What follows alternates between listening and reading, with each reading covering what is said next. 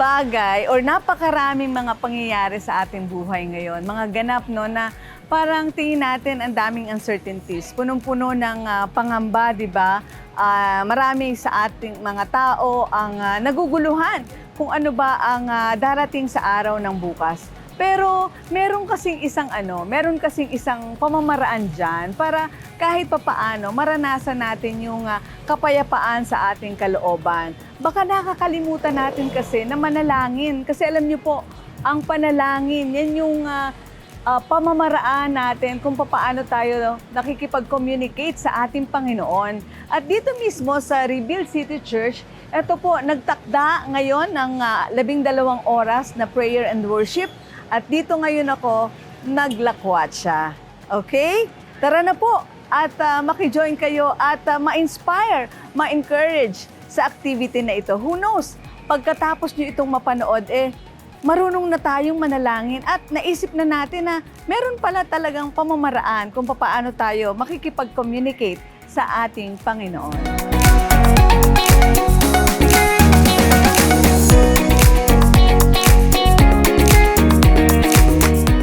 So, katabi natin ngayon si Brother TJ Talusan para alamin natin ano yung reason behind. Bakit kinakailangan ba natin magsagawa nitong pray and worship? And imagine, alam nyo, kagaya nga po ng binanggit ko sa inyo, 6 a.m. to 6 p.m. So, para mas maliwanag. Hi bro! Hello. Yeah, Hello, Aida. Alam mo yung ginagawa natin itong 12-hour prayer and worship, medyo kakaiba lang, pero sobrang haba nito. I think there is parang element ng seriousness in why we do want to extend na ganitong katagal. But basically, ano ba yung ginagawa natin dito?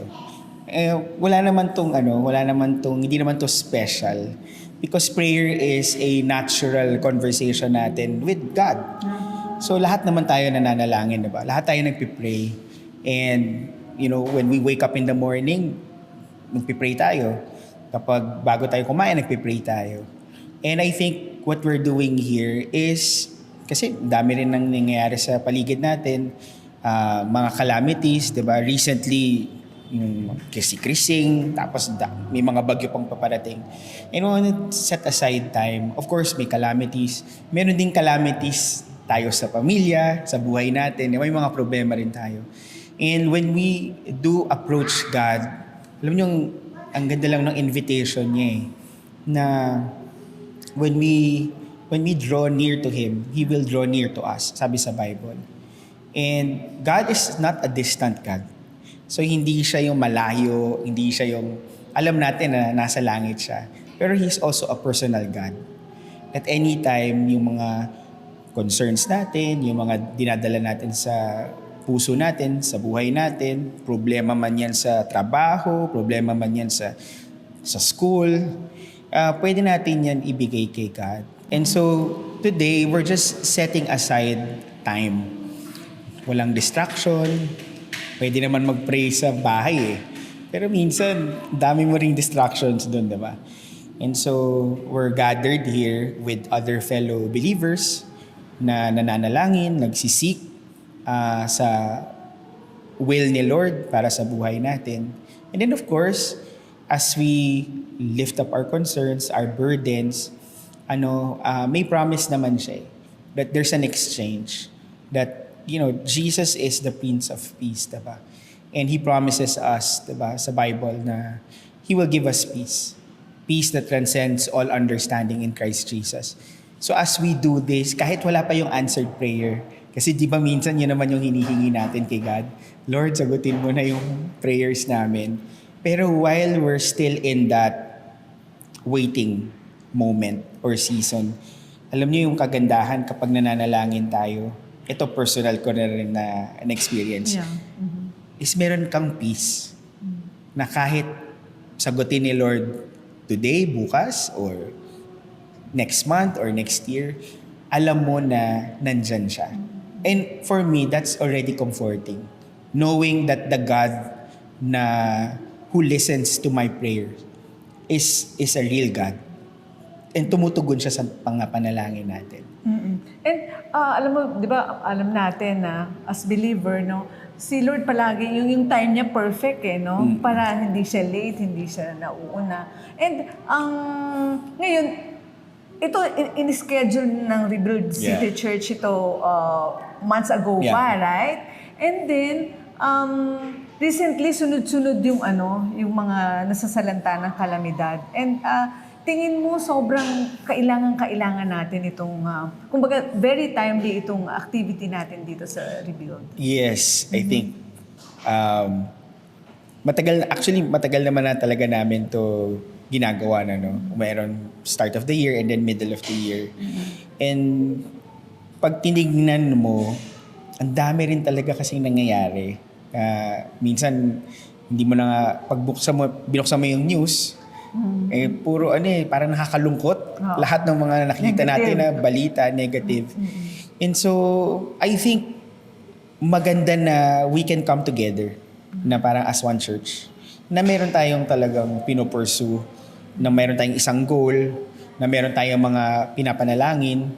At syempre, hindi natin isasangtabi yung mga nakikita natin sa paligid, 'di ba? Whether that's calamity o yung mga nasalanta. Of course, si Lord pa rin naman is sovereign. And when I say God is sovereign, alam naman niya na yung ending ng lahat ng to. Sometimes tayo, minsan nakatingin lang tayo doon sa kung ano yung nakikita ng mga mata natin. Hindi natin nakikita yung bukas. Yeah. Si Lord, alam na niya yung bukas. And so we just have to put our trust in Him, knowing that, okay, Lord, hindi ko na alam nangyayari sa mundo yung mundo nga, daming problema. Ako rin nga personal, ang dami ko rin problema But I know that I can trust you. I know that I can put my trust in you kasi alam mo yung kinabukasan ko. So, ang ganda lang na while waiting for that answer, God is already with you. Anong gustong makuha, ma-achieve natin dito sa Rebuild Church, dito sa paggawa natin ito na 12-hour praise and worship? Alam mo, sabi nga, it takes, kumbaga parang it takes, if you really want to form a habit, you have to do it every day, diba? You have to do it consistently. So I think itong 12-hour, it's a jump start. Pag nag-attend ka nito, ang tagal nito, nagpe-pray ka, nag-worship ka, imposible na lalabas ka dito na you won't have that fire to pray again at manalangin. At the end of the day, minsan default natin, kaya ko to. Minsan we just, punta ka ng trabaho, punta ka ng school, without even praying. And so ito reminder siya, and that's a jump start. And maganda siya na pagbalik mo, pag uwi mo sa bahay, I'm sure you'll be on fire na gaganahan ka ulit mag-pray kasi alam mo na si God nakikinig. And ano yung gusto natin naman na parang maikintal doon sa puso at isip ng bawat isang nag-attend ngayon or yung nakikinig, nanonood sa atin ngayon, bro? Yeah. I think yung prayer, it's a conversation, just a simple conversation with God.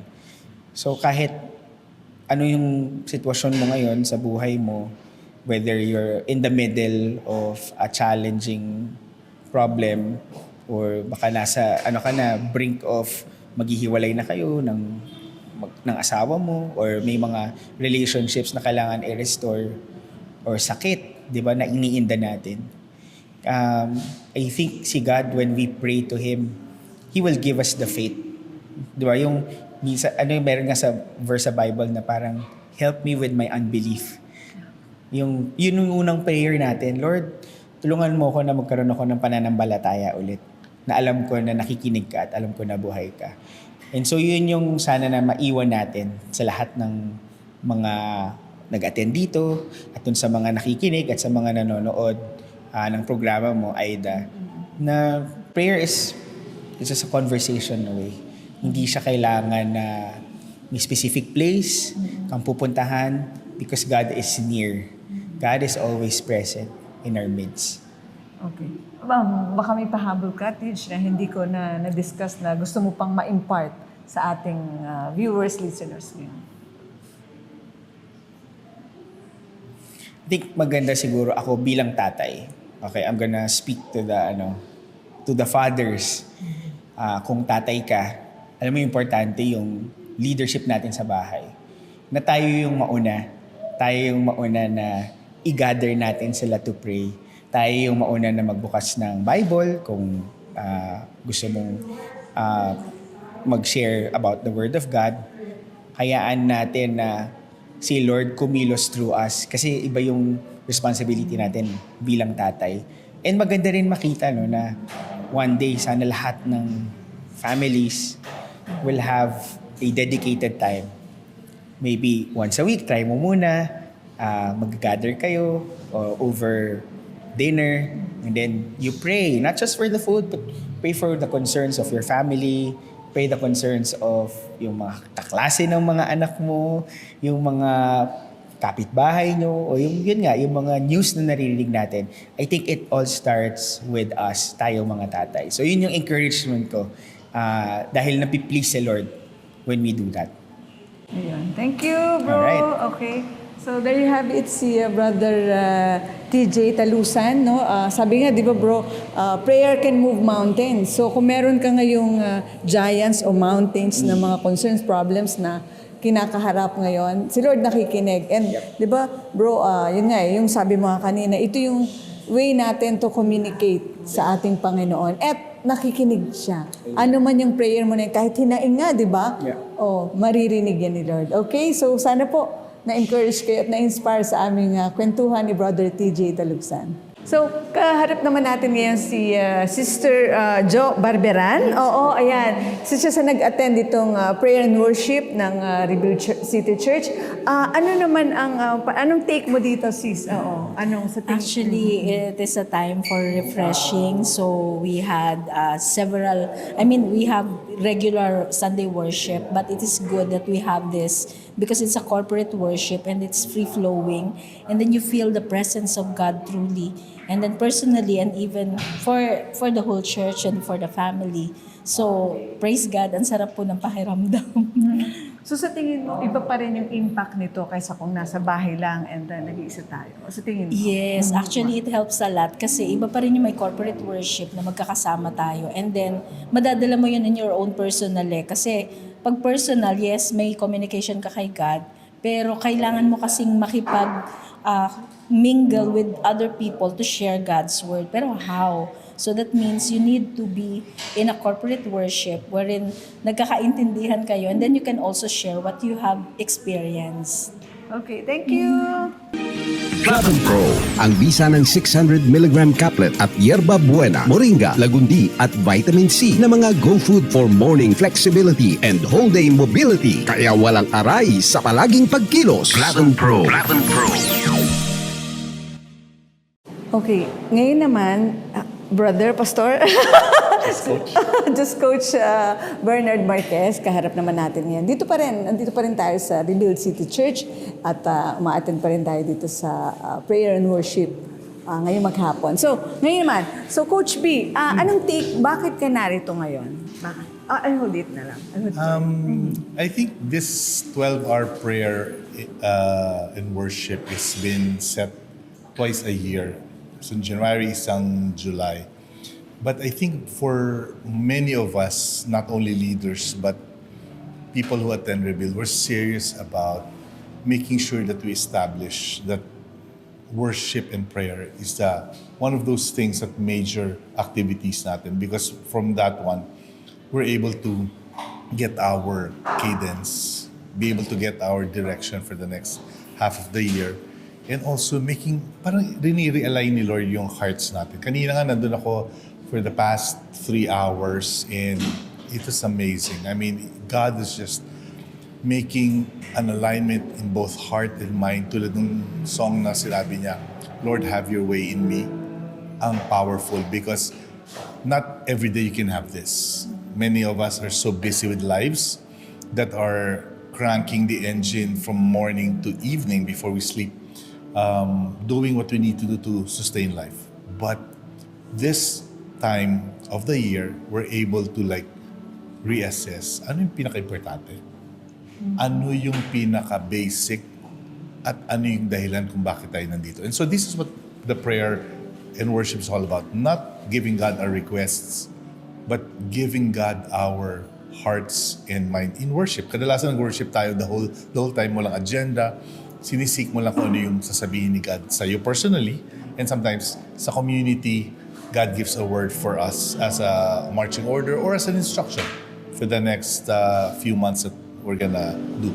Sa tingin mo, may difference ito dun sa, although you mentioned it na, but sa tingin mo, mas may iba yung impact nito kaysa dun sa prayer na ginagawa rin natin on our own sa bahay? Oh yeah. Kasi ang take ko dito, since there's worship team there that's naka-pipe in yung music to worship and naka-focus siya to align to God. Sa bahay kasi when you get distracted, isang isip lang, you're gonna go to the kitchen, you have to go to do your work, biglang mag-pop yung notification mo, you're distracted already. Here, wala. Talagang para kang kalesa na nakakabayo na nakafocus ka lang kay God. And that's the power of corporate worship. Ito yung hindi mo magagawa on your own. Nare-realign tayo at nare-realign ka kapag umattend ka dito. Kasi it's a discipline. It's not everybody's cup of tea. But when you learn it and when you love it, it will radically change the way you live life. Sa isang nanonood and nakikinig, ano pa yung gusto natin ma-impart sa kanila? Mas maintindihan nila dito sa activity natin? I think everything we do on a Sunday and every activity that we have in church is a mirror of what you need to do in your life. You worship, we pray, we listen and study the Word, and then we give a life of generosity. So yung maliliit na portion sa yun dapat yung ginagawa natin every day. You wake up, you worship, you give thanks, and then you pray, you realign your schedule, your priorities, and then you realize, boy, God is pala backing me up. God is, before I'm about to do this, naplano na pala niya. So there's a confidence, there's a faith building up the minute you engage in worship and prayer. Yun yung kailangan natin matutunan. Kasi on our own, wala tayong template. And so this becomes our, tawag natin, the way. You practice the way. You don't just hear about it or do it once a week. You do it every single day. So ito, na-inspire ka. Pwede palang gawin. So pwede palang minsan mag-YouTube ka lang. O, lagay mo doon. Pero nakafocus ka. Parang yung ginagawa rito, nagiging template mo, when you go home, gagawin ko rin yun. Kaya ko palang tumagal lang 30 minutes or 20 minutes sa prayer. Hindi pala boring. So. And sa tingin mo, it doesn't matter naman kung gano'n lang kahabang stay ng isang tao or kailangan talaga ba 6 to 6 p.m.? Na. It depends on it's your, one is appetite and your ability to focus. Or your schedule as well, no? Hindi naman necessarily 12 hours ka. Minsan nga, 10 minutes of being in God's presence lang. Binigay na niya ni Lord yung instruction sa'yo. I mean, you're out. You need to go out and do your work. That's okay. Importante, you just obey. Sabi nga niya, blessed are those who are willing and obedient. So, yung unang willingness to try it. Second is, if you know God wants you to do this on a regular basis, obey it. Thank you, Coach. Thank you so much, Aida. Take care. Si Coach Bernard Marquez. Ngayon, Sis Carol naman. Sis, bakit, ano ang purpose mo ng pag-attend dito? Ano yung gusto mong ma-accomplish? Actually, syempre tayo in our daily lives, we seek for God's, presence in our life. So parang everyday gusto natin talaga na kasama natin siya. So attending this, parang nire-rebuild tayo or nire-recharge tayo ulit na yun yung parang everyday na gusto nating gawin na yung relationship natin kay Lord mas mag-ignite pa. So, iba yung feeling pagka umaating ka with the community, with the congregation kasi mas nafe-feel mo yung presence kasi alam mo na mas marami yung nagre-rejoice para ibalik yung glory sa Kanya. Yun. Thank you. Oo, thank you. Ayan. Araw-araw ang digmaan. Umaga't gabi sumasabak sa laban. Dapat protektado ka outside at inside. Immune Advance contains 4 active ingredients gaya ng lagundi, malunggay, non-acidic vitamin C at zinc. Tulong pampatibay resistensya para tulong proteksyon. Isama pa ang proper diet at exercise. Para katawan ay handa, Immune Advance helps support a healthy immune system. Immune Advance ang sandata. No approved therapeutic claims. Ang Immune Advance ay hindi gamot at hindi dapat gamiting panggamot sa anumang uri ng sakit. Available in Shopee, Lazada, and other leading drug stores. Sister Jonah naman, hingan natin siya ng kung ano yung take niya dito sa activity na prayer and worship sa Reveal City Church. Actually po, ito yung best time natin since yun nga po yung season natin, yung mga nangyayari sa paligid natin ngayon, parang medyo overwhelming. Hindi lang dun sa, yun nga, yung mga bagyuhan or ano, even yung storms din sa buhay natin na parang ito yung best time nga na to seek God more, to be really cling on Him talaga na, yun nga, depend on Him, sabi nga, soak in His presence kasi yun po talaga yung kailangan natin nowadays. Lalo na ang dami nangyayari sa paligid. So, we need really to have that strong faith. Sabi nga, pag mas malaki yung problema, dapat mas malaki yung God na sinaserve natin or pinaniniwalaan natin. Thank you, Sis Thank you po. Jonah. Thank you. Okay. Pastor Tony Aguilar, dito pa rin sa Reveal City Church, andito pa rin po ako. And, Pastor Tony, ikaw naman, anong take mo dito sa ating ginagawa na prayer and worship? Well, the reality of it naman kasi, we're called to worship the Lord. But this time, ginagawa natin not just to worship Him, but to really connect with Him once again. Kasi in prayer and worship, they come together. If you have a relationship with God, the reality of it is you come to receive from Him, di ba? Reality naman yun sa Bible. But at the same time, to communicate is through prayer and also to honor Him through worship. And this is very important sa church natin. Sinasabi lang natin na si Lord yung pinaka-importante, siya yung kailangan focus. So parang nire-reset natin today with our prayer and worship, the focus. Minsan kasi, di ba, nawawala tayo sa focus eh. But now we are coming back to that focus through prayer and worship. So, it's really helpful sa ating mga tao, sa mga members, sa mga Kristiyano na dumadating dito, pumupunta, just to connect. And you could pray everything that you wanted to pray. Kasi you are connecting with Him. Wala naman tayong special na, ito yung pag-pray natin at this moment. Ano ba yung kailangan mo ipag-pray? Personal, di ba? Sa family. So, say it as you worship the Lord. And yung mga taong nakikinig, nanonood, ano yung kailangan nilang maintindihan dito? Kung hindi pa nila naiintindihan, ano yung mas malalim pa na dito? Well, the reality naman na, parang katulad yung sinabi ko kanina, if you are, hindi ka naman, sabihin natin bago ka ng Kristiyano, ano ba yung importance ng prayer and worship? Prayer and worship is part of our life. It's part of the relationship that we have with God. Minsan nga, yung nga nakakalimutan natin, minsan punta na tayo sa church para lang, alam mo yun, mabless, so on and so forth. Parang nagiging obligation lang, no? Minsan Obligations and tasks. Yeah, correct. Okay. Parang galing Oo, sa dati nating nakaugalian. Tama ba? Ang gusto lang kasi natin, talaga maibalik yung, this is about relationship, not about religion. Come here, connect with God, talk to Him. Once again, be reminded of His love. Kasi we're also reading the Word People, when they are, alam mo yung parang ano sila ng Holy Spirit na, sige, sabihin mo yung word na to, scripture na to, na-encourage tayo by the Word of God. There's no preaching, but the reality of the encouragement of the Word. Okay. Thank you, Pastor. Mr. Tony, thank you. Shampoos, Viva, Copa, Monniera, Centella at may DHA pa. May Bilberry, Marigold at marami pang iba. Siksik sa natural na vitamina.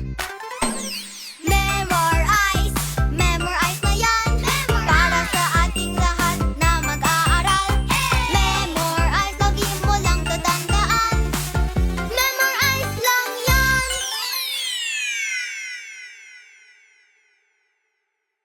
Okay, andito pa rin po tayo sa Reveal City Church. Isa naman sa miyembro ng worship team ng Reveal City Church. Kausap natin ngayon si Louie Oka. Okay, Louie, anong take mo dito sa activity na ginawa natin? If there is anything at all, it is to teach us how to pray. I think it's being undermined, the power of prayer, where the foundation is there. No, you commune, your spirit communes with the Spirit God, and yun, the power of prayer is emphasized in this activity today. So, yeah. So, sa tingin mo, bakit ganun katindi yung power ng prayer? Yeah, prayer can move mountain. Jesus said, cast that mountain, say to the mountain, be moved and it will be moved. The power of prayer. But it's not as much as the power of the person you call on to, who is the Lord Jesus Christ. So the power is the Lord.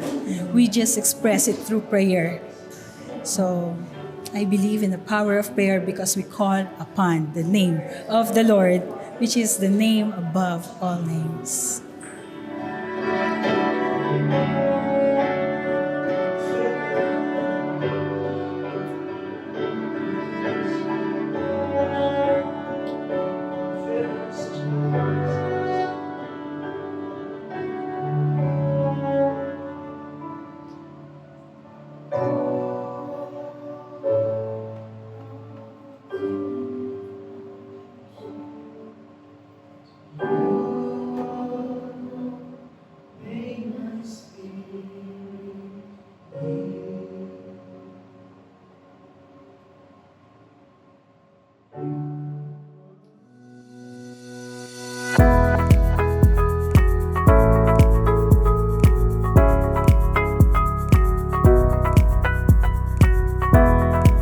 Akala mo lakwatsa lang, pero dinala ako ng Diyos sa isang mas malalim na biyahe.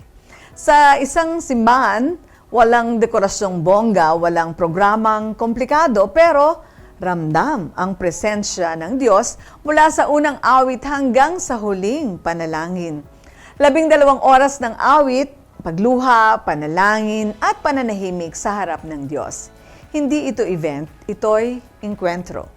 At sa panahong sobrang ingay ng mundo, ang ganitong lakwatsa ang tunay na sagot sa pagod ng kaluluwa.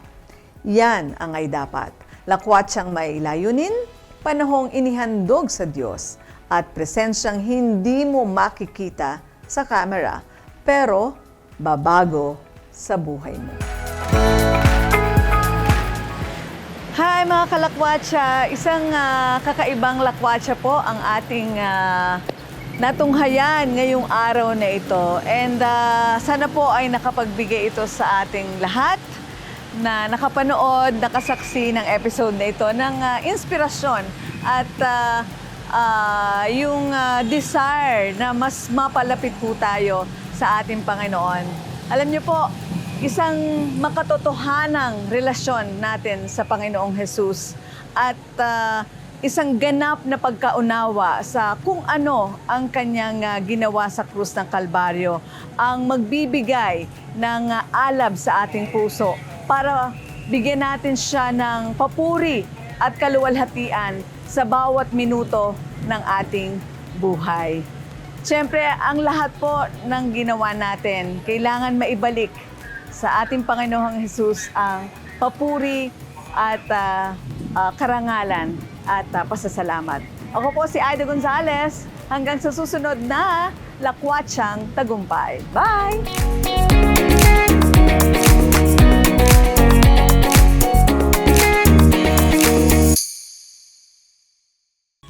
Hi everyone! Ako po si Doc Engineer Arnold Divina. At ako naman po si Aida Gonzalez and we are your hosts here on Tagumpay It's All Good. Dito sa channel ito, we bring you real stories, inspiring journeys, and good vibes na siguradong magpapalakas ng inyong umaga. Kaya naman, don't miss out. Follow and like us on Facebook. And don't forget to subscribe to our YouTube channel. Just search Tagumpay It's All Good. At syempre, share nyo na rin sa inyong pamilya, barkada at kapitbahay. Let's spread good news, good vibes, and God's goodness. Dahil sa Tagumpay, it's all good!